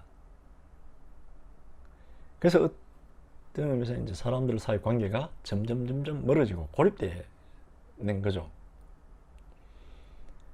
그래서 법 중심에 너무 법이 과하게 모든 행위와 삶의 방식을 규제해버리면은 이제 이런 현상이 심화되는 거죠. 그런데 법이 모든 것을 해결할 수 있을 것 같지만 실제로는 법은 어떤 의미에서 어떤 행위의 최후의 어떤 것을 어떤 잘못된 행위나 어떤 것을 규제하기 위한 최후의 수단일 뿐이지 법이 모든 것을 해결해 주지 않습니다. 개인적으로는 최근에 판검사 변호사 출신들이 원체 이제 정계에 많이 진출하면서 이렇게 문제 중에 하나가 이 사람들이 어떤 문제가 생기면 법만 만들면 다 해결되는 줄 알아요. 근데 법이 많아지면 많을수록 그만큼 사람들의 자유는 억압받는 거예요. 법은 전부 규제입니다. 그렇잖아요. 법은 다 규제하는 겁니다. 명목상은 개인의 자유와 권리를 보호하고 보장하는 것이 목적이지만 실제로 법률 조항을 만들어서 그걸 꼭 지키라고, 지키지 않으면 처벌한다고 규제하는 거죠. 그죠? 자, 그런데 보세요. 얼마 전에 이제 LH 사태 같으면서 지금 수사 중이고 지금 저게 어떻게 해결될지 모르지만 그렇잖아요. LH가 뭐 토지 수용권부터 해서 막강한 힘을 갖고 있습니다. 그래서 토지 수용권을 가진다는 것은 쉽게 말해서 어떤 지역에 일방적으로 공시지가 가격에 조금 더 얹어줘서 당신 토지 팔아라는 거죠. 강제로 할 수 있는 권한을 아마 제가 알기로는 이런 권한을 어떤 공기업에 준 나라는 우리나라밖에 없을 거예요. 그러면서 토지를 강제 수용하고 토지 개발해서 또 자기들이 그걸 이제 팔기도 하고 그걸 이제 아파트 짓잖아요. 막대한 수익을 이렇게 남겨하는데 그러면 어떻게 합니까? 토지를 어떤 지역 개발할 권한을 갖고 있기 때문에 만약 이 정보를 아는 사람들이 미리 거기에 그 지역이나 그 인근 지역에 땅을 사가지고 심지어 그렇다고 하잖아요. 뭐 1000평에 뭐 100명이 100명이 한 평씩 이렇게 쪼개가지고 막 사가지고 그 한 평부터 저기 나온다면서요. 분양권이 나오고 이런 식으로 해서 저희가 이제 미리 정보를 이용해서 미리 이제 사가지고 그러니까 저는 왜 토지 수용권까지 갖고 있으면서 왜 저래 아파트를 비싸게 분양할까? LH에서 분양하는 것도 생각하는데 그럴 수밖에 없는 거예요. 이게 자기들이 미리 땅 사놓고 이러니까 최대한 높은 가격에 보상을 해줘 버리는 거예요. 그죠? 어쨌든 지금 뭐 몇 사람이 구속되고 뭐 조사 중이라고 이제 아마 이게 좀 흐지부지 이렇게 흘러가지 않을까 하고 우려도 되는데 제가 하고 싶은 이야기는 보세요. 아무리 제도적으로 관리하고 감사받게 돼 있고 뭐 보고하게 돼 있고 다 이렇게 돼 있지만은 얼마든지 아무리 규칙을 잘 만들고 철저하게 만든다 하더라도 얼마든지 이걸 빠져나갑니다. 그리고 결국 그런 합리적으로 조직된 절차적으로 조직된 어떤 조직도 그 조직을 운영하고 관리하고 그저 하는 사람들이 도덕적으로 선을 의지하지 않는 도덕적 선을 의지하지 않는다면 선한 의지를 가지지 않는다면 얼마든지 악용됩니다. 법을 아는 사람이 그 법을 이용해서 더 악용하기 쉽죠. 모르는 사람은 사실은 악용하기 어렵습니다. 그죠? 그래서 오늘 많은 정치인들이 착각하는 게 법만 만들면 되는 게 아니고 더 중요한 거는 자율적으로 자신의 행위를 선택하고 결정하고 행동하는 이 자율성을 중심으로 된 도덕이 저 뒷구석으로 처박아 놨지만 사실 도덕적인 의지가 더 중요합니다. 단도직입 생각해보세요. 법이 없어도 사회는 잘 돌아갈 수 있습니다. 그죠?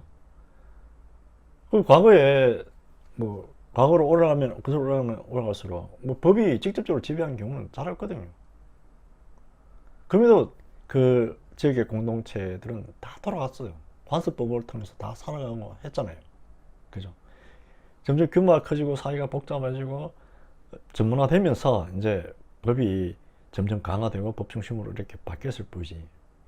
그래서 법만 있어가 제가 하고 싶으면 법이 그럼 없어야 된다 이 말이 아니고, 법만 있어서 되는 게 아니고 법률에 기초한 어떤 제도적 절차나 질서 이것만 있어서 더 하는 거예요. 그것을 운용하고 그 속에서 살아가는 사람들이 결국 선한 도덕적 의지를 가지지 않다면 결국 법으로 모든 문제 해결할 수 없다는 거죠. 오히려 법보다는 이 도덕적인 어떤 교육이나 또 도덕적인 사람이 대우받고 보상받는 이런 사회 분위기가 조성되어야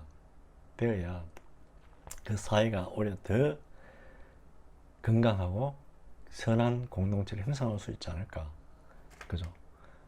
정말 이렇게 상상해 볼 수 있죠. 모든 사람이 선하고 슬기로운 의사생활에 나온 친구들처럼 선하고, 그죠? 그래서 모든 사람에게 그 선한 행동을 선하게 대하고 선한 삶을 살면서 선한 방식으로 자기 꿈을 추구하는 사람들이 모여 산다면은 법이 뭐 필요하겠어요?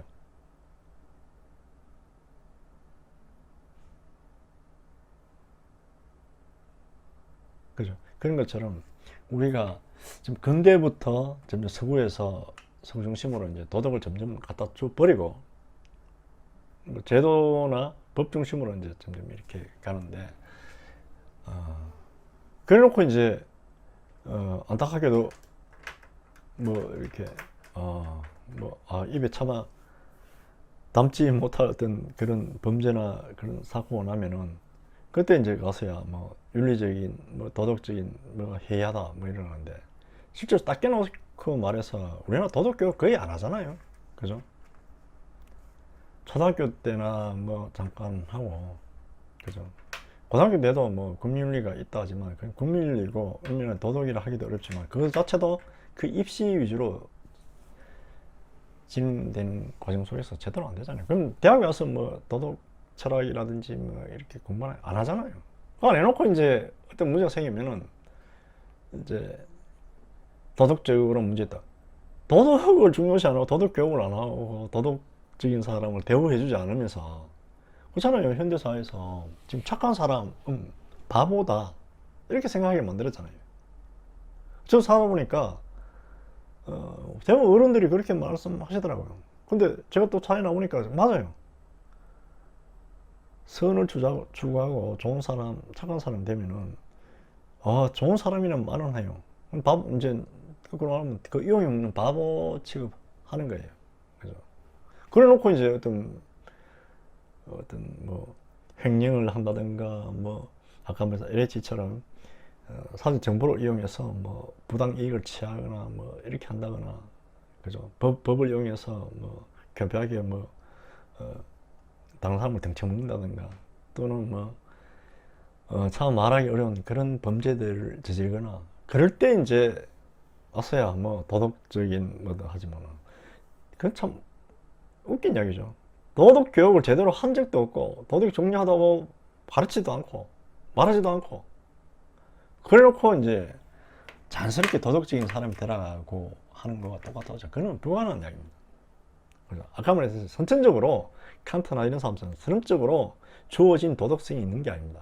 도덕성은 딴 게 아닙니다. 선을 의지하는 성향이 도덕적인 이유고, 아까 말했듯이 그런 선은 정답이 있는 선은 없습니다. 그죠? 무엇이 선인지를 우리가 그 사고할 수 있는 것은 이승의 비판적 사고 능력을 통해서 우리가 판단할 수밖에 없습니다. 어떤 상황에서 어떻게 행동하는 것이 정의롭고 선한 건지를 판단하는 것은 이게 정의다, 이게 선이다, 딱 정해진 게 없다는 거죠. 그렇기 때문에 사실 어렵습니다. 어렵지만은 그럼에도 불구하고 우리가 사람들이 함께 모여 살아서 좋은 관계를 형성하기 위해서는 끊임없이 선을 의지해야 되고, 그런 선을 의지하는 게 있어야 되고, 그런 선을 의지하는 성향과 선이 무엇인지를 판단하는 그런 이성적인 어떤 사고력이 끊임없이 있어야 선한 사람들의 공동체, 선한 사람들의 관계, 선한 관계가 만들어질 수 있다는 거죠. 자, 굉장히 추상적이지만 비판적 사고에 대해서는, 비판적 사고에 대해서는 뭐 요즘 대학뿐만 아니라 뭐 기업에서도 많이 강조하고 하니까 생략하고 이 비판적 사고 능력, 그 사고를 할 때 하나의 원칙을 저희가 이제 하나 제시하고자 하면은, 그러니까 원칙은 이 원칙에 따라서 무엇이 선인지 아닌지를 우리가 비판 사고를 통해서 이제 판단하는 거죠. 비판적 사고는 뭐 어떤 의미에서 그게 어려운 건 아닙니다. 그죠? 그런 게 아니고, 어떤 것이 옳다, 좋다고 생각할 때 그 전제와 결론의 어떤 논리적 관계를 통해서 판단하는 거죠. 판단하는데 그걸 판단하기 위한 하나의 원칙은 있어야 됩니다. 이걸 이제 저는 이제 칸트를 좀 패러디해서 인간이 계속 말했던 게 타자와 상호작용하는 상호성의 본성을 가진 존재라고 그랬죠. 인간 본성은 상호성입니다. 상호성의 본성을 가진 존재라면 이 상호성이, 상호작용이 지속되고 유대한 방식이 기본 원칙이 되어야 되지 않나.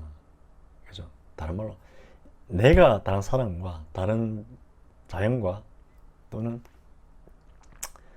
내 자신 속에도 정신과 육체가 그래서 상호작용이 안 돼버리면 결국 올바른 인간으로서 살아가기 못한다는 거죠.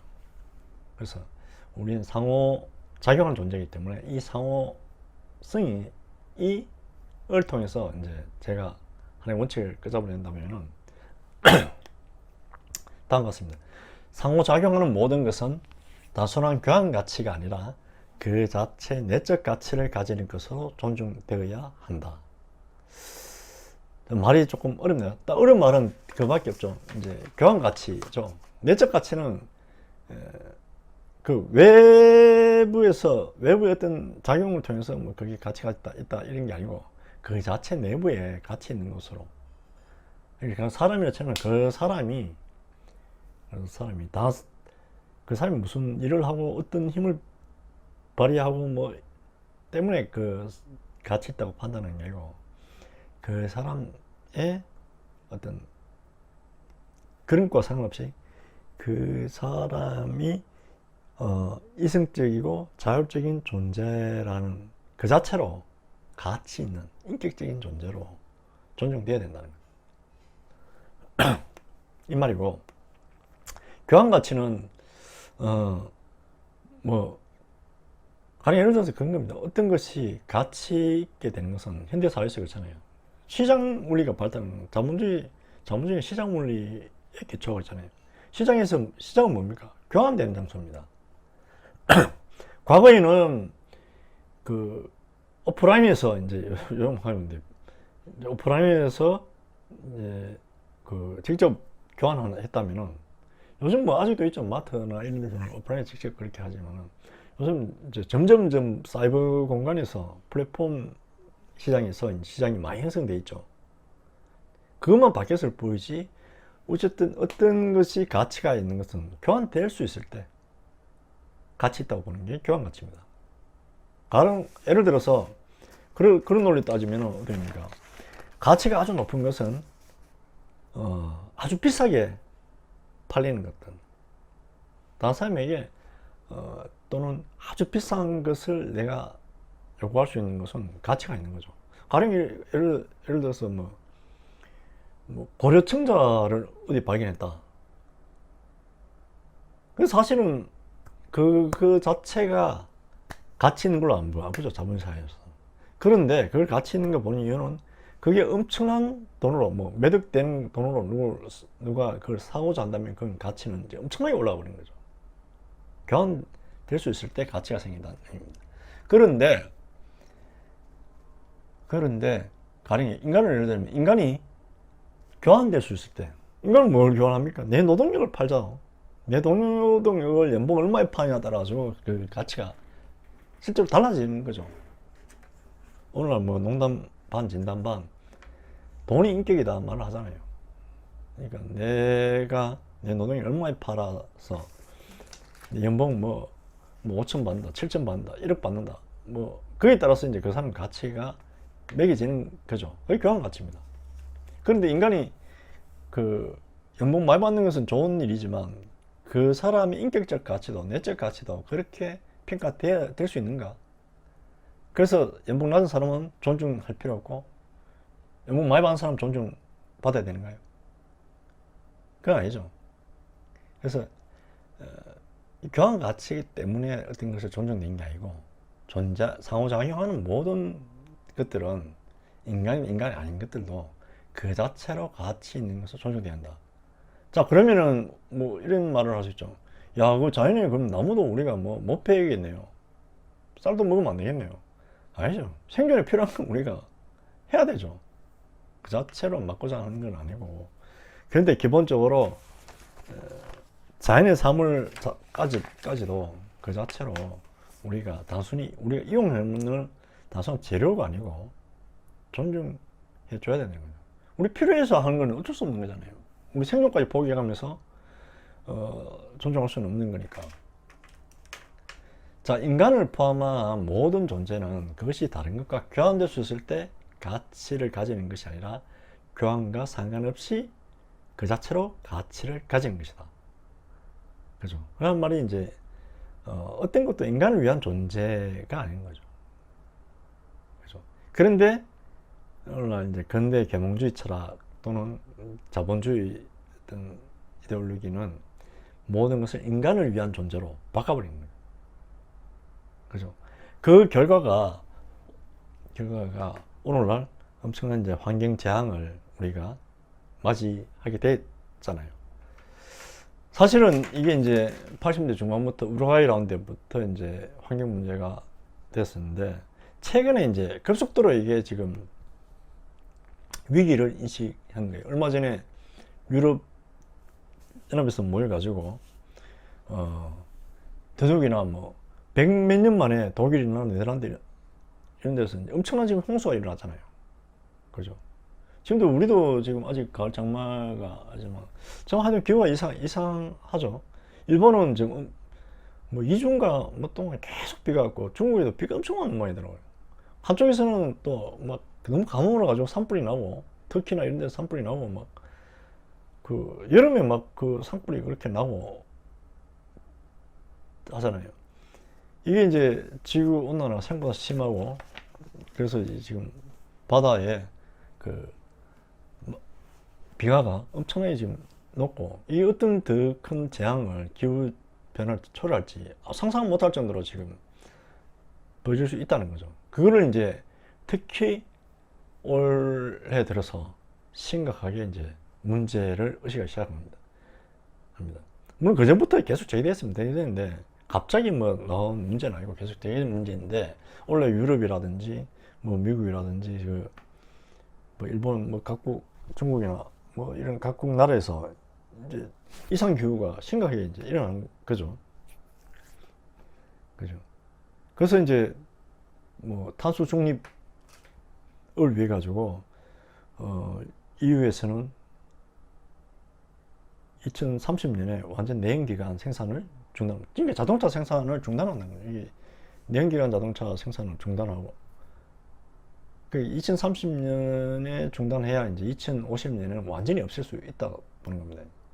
그래서 어떻게 보면은 2030년부터는 새 신차가 이제 안 나온다는 거죠. 아마 우리나라에도 이제 이게 따라갈 수밖에 없고, 다른 의미에서 이게 급격하게 전기차로 이제 전환될 겁니다. 전환될 거고. 그래서 이제 발전소도 이제 석탄을 뗀다든가 석유를 떼서 하는 발전은 이제 전부 퇴출되고, 어쨌든 탄소를 최소화하고 줄여야만 그나마 지구 온난화를 좀 막을 수 있지 않을까. 이게 이제 한쪽에서는 지금 너무 늦은 게 아닌가. 제가 이러는 것은 이게 이제 엄청난 지구 환경을 인간이 파괴해왔다는 거죠. 거기에는 단순히 기술적인 문제가 아니고, 인간이 오랫동안, 이게 이제 계몽 철학이었는데, 한 300~400년 동안 인간 중심이었던 철학, 세계관, 거기에 기초해서 사회를 구성하고 사회관계를 형성하는 그런 모델을 만들어 왔는 거죠. 그게 단순하게 이야기하면은 인간 중심주의를 할 수 있는데, 모든 것을 인간을 위한 존재로 봐버린 겁니다. 다른 말로 인간을 위한 존재라면 인간이 이용하고 사용할 수 있는 재료로, 그러니까 마음대로 자연을 파괴해왔던 거죠. 그 결과가 오늘날 지금 저도 깜짝 놀랐습니다. 이게 생각보다 이제 세계 정상들이 각국에서 심각한 문제로 받아들이고 있다는 거. 우리가 운 좋게 지금 올해 뭐 작년 이렇게 이제 환경 그 자연재해가, 최근에 그 태풍도 자꾸 빗개가 오더라도 이제 큰 뭐 루사라든지 맹 같은 엄청난 피해를 주는 그런 태풍은 거의 운 좋게도 지금 당하고 있지 않잖아요. 그래서 아마 덜 느낀지 모르겠지만, 서구에서는 지금 이 문제를 우리가 상상 이상으로 심각하게 받아들이는 것 같아요. 그래서 거의 뭐 강제하다시피 아마 전기차로 넘어갈 겁니다. 그래서 아까 말했듯이 이제 이 전기차로 넘어가면 가장 핵심적인 기술이 배터리 기술이죠. 전기차 배터리 기술인데, 어떤 의미에서 전기차를 만드는 기술이 성공하려면 많으면 이 배터리에 이제 달려 있다고 해도 과언이 아닙니다. 얼마나 안정적이고 빠른 속도에 많은 양을 충전할 수 있는 이제 그런 배터리 기술을 이제 한 나라가 어떻게 보면은 차후 몇십 년 이상 어떤 미래 먹거리를 만들어가는 나라가 되지 않을까 뭐 싶습니다. 하여튼 이야기가 너무 많이 길어졌는데, 정리하자면은 뭐 이야기는 그겁니다. 어떤 것도 인간을 위한 존재가 아니다. 우리는, 인간이라는 존재는 인간끼리만 상호관계하는 것도 아니고 인간 자연과 관계에서 살아갈 수밖에 없습니다. 그래서 상호작용하는 모든 것은 다소는 교환 가치가 아니라 그 자체 내적 가치를 가지는 것으로 존중되어야 한다. 이 원칙에 따라서 그 사안과 맥락을 고려해서 따라고 두 번도 안 내. 그러면 좋지 않은데, 하여튼 이 원칙에 따라서 상황과 맥락을 고려하여 우리가 아까 말했듯이 어떤 비판적 사고, 그러니까 어떤 자기가 선하다 또는 옳다고 생각하는 것을, 그걸 지지할 만한 전제 논리적 관계를 통해서 우리가 고려하는 사고, 그게 이성적인 비판적 사고입니다. 이걸 통해서 무엇이 선한지를 판단하고 그런 선한 것을 실천하는 것이 중요하다는 거죠. 이야기가 너무 세기도 하고 장황하게 길어졌는데, 정리하자면 그런 것입니다. 정말로 슬기로운 의사생활 같은 그런 선한 삶이 가능하기 위해서는 두 가지 조건이 있어야 된다고 생각됩니다. 첫 번째가 사회가 선하고 자유로운 건 공동체가 됩니다. 사회가, 개인이 아무리 하더라도 사회가 이 선한 행위를 유도하고 선한 행위를 보상해주고 대우해주고 그런 사회가 되지 않으면 사회는 아무리 개인들이 하더라도 좋은 사회가 되기 어렵습니다. 자, 그렇기 위해서는 결국은 사회가 지가 뭐 어떻게 하는 건 아니죠. 결국 그 사회에 살아가는 사람들이 사회의 잘못된 것을 비판하고 개혁하고 바꾸면서 점점 좋은 정말 선한 공동체가 될 수 있도록 노력해야 되는 거죠. 자, 요건 이제 우리가 사회적인 어떤 문제, 외적인 문제를 만들어야 되는 거, 외적인 조건을 만들어야 되는 거고, 또는 개인적으로는 개인의 성숙이 필요한 거죠. 성숙이라는 말이니까 좀 당혹스러운데, 뭐 칸트는 성숙을 그렇게 봅니다. 스스로 다른 어떤 안내나 도움 없이도 자기 스스로 자신의 이성을 사용할 수 있는 그것이 이제 성숙입니다. 그죠? 자, 스스로 그렇게 성숙되지 않으면은 어떻게 사회가 아무리 합리적으로 법률에 기초해서 잘 조직되어 있다 하더라도, 그죠? 이 사회를 운영하고 있는, 이 사회에 살아가는 사람들이 성숙되어 있지 않다면 사회는 올바르게 작동하지 않습니다. 그런 폐해를 많이 봤죠. 사회가 악화되면 악화될수록, 낙후되면 낙후될수록 이런 게 이제 심하죠. 얼마 전에 아프가니스탄 사태 나면서 저는 깜짝 놀란 게 그겁니다. 실제로 흑수지만은 아프가니스탄 정부군이 한 30만 명 가까이 있다고 그러더라고요. 야, 탈레반은 6만 밖에 안 돼요. 안 되는데 어떻게 그렇게 쉽게 그냥 이렇게 카불 수도가 함락되고, 미국도 예상외로 너무 빨리 함락돼 버리니까 지금 뭐 난민이나 뭐 조력자 또는 그 자국민 뭐 지금 이송한다고 전 세계가 지금 난리 났었잖아요. 이게 가장 심각했던 게 뭡니까? 부패죠. 다 썩어 빠진 거예요. 대통령부터 딱 놔버리고, 군부도 그렇고, 제일 먼저 사실 군부가 씻겠습니다. 왜냐하면 힘을 가진 조직이기 때문에 제일 빨리 군부가 부패합니다. 그러니까 무기도 뭐든 돈만 되면 넘겨주고 쉽게 이제 하고, 뭐 싸움 자체를 하지 않죠. 그러다 보니까 거의 뭐 너무 무기력하게, 그래서 한쪽에서는 그런 성토가 많았죠. 자, 결국 제가 하고 싶은 이야기는 기본적으로 아무리 우리가 외적인 조건을 잘 만든다, 외적인 조건을 잘 만드는 것도 중요하지만 중요한 그 개인들의 도덕적 성숙이 필요하다는 거죠. 그죠? 자, 이 성숙은 한편으로는 공적 영역에서 자신의 비판적 이성을 사용할 성향을 기르는 것이다. 그죠? 칸트 지금, 자, 우리는 인간이고 뛰어난 비판적 사고, 합리적 사고 능력인 이성을 갖고 있다. 근데 왜 사용 안 하는 거죠? 그래서 이제 칸트가 뭐죠? 제발 이성을 사용할 용기를 가져라. 그런 말이죠. 좀 생각해라는 거예요. 다음적으로 생각하면서 살아라. 자, 다른 한편으로는 두 번째가 선을 의지하는 도덕적 성향을 기르는 거예요. 이런 개인적 성숙이 이루어져야 지구, 사회가 합리적으로 잘 조직되고, 이런 것이 갖췄을 때 선한 나라가 될 수 있지 않는가. 그죠? 그래서 뭐 하여튼 이런 상상을 해봅니다. 모든 사람이 선을 의지하고 실천한다면, 알았듯이 모든 인간이 수단이 아니라, 그래서 돈 벌기 위한 것을 이용하기 위한 수단이 아니고, 우리가 인간이 행위하고 작업하고 만들어가는데 인간 자체를 위해서 목적이 되는, 인간을 목적으로 존중받는 그런 목적이 나는 가능할지도 모르겠다는 생각이 듭니다.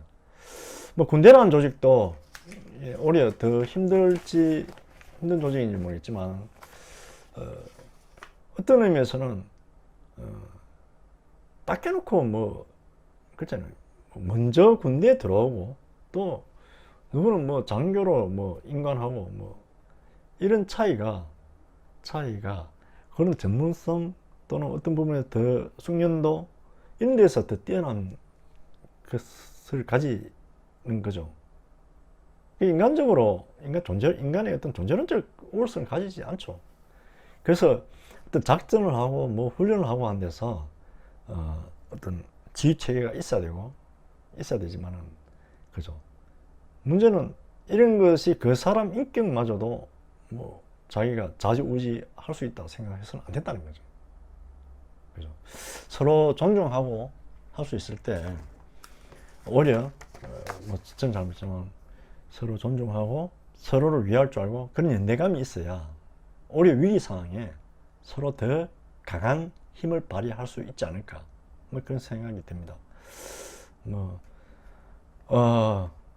별 도움 안 되는 이야기일지도 모르겠지만은 어쨌든 조금이라도 한번 자기 삶의 방식, 앞으로 사회 나가서 자기 가치 있다고 생각하는 것에서 한번 되돌아보는 계기가 됐으면 좋겠습니다.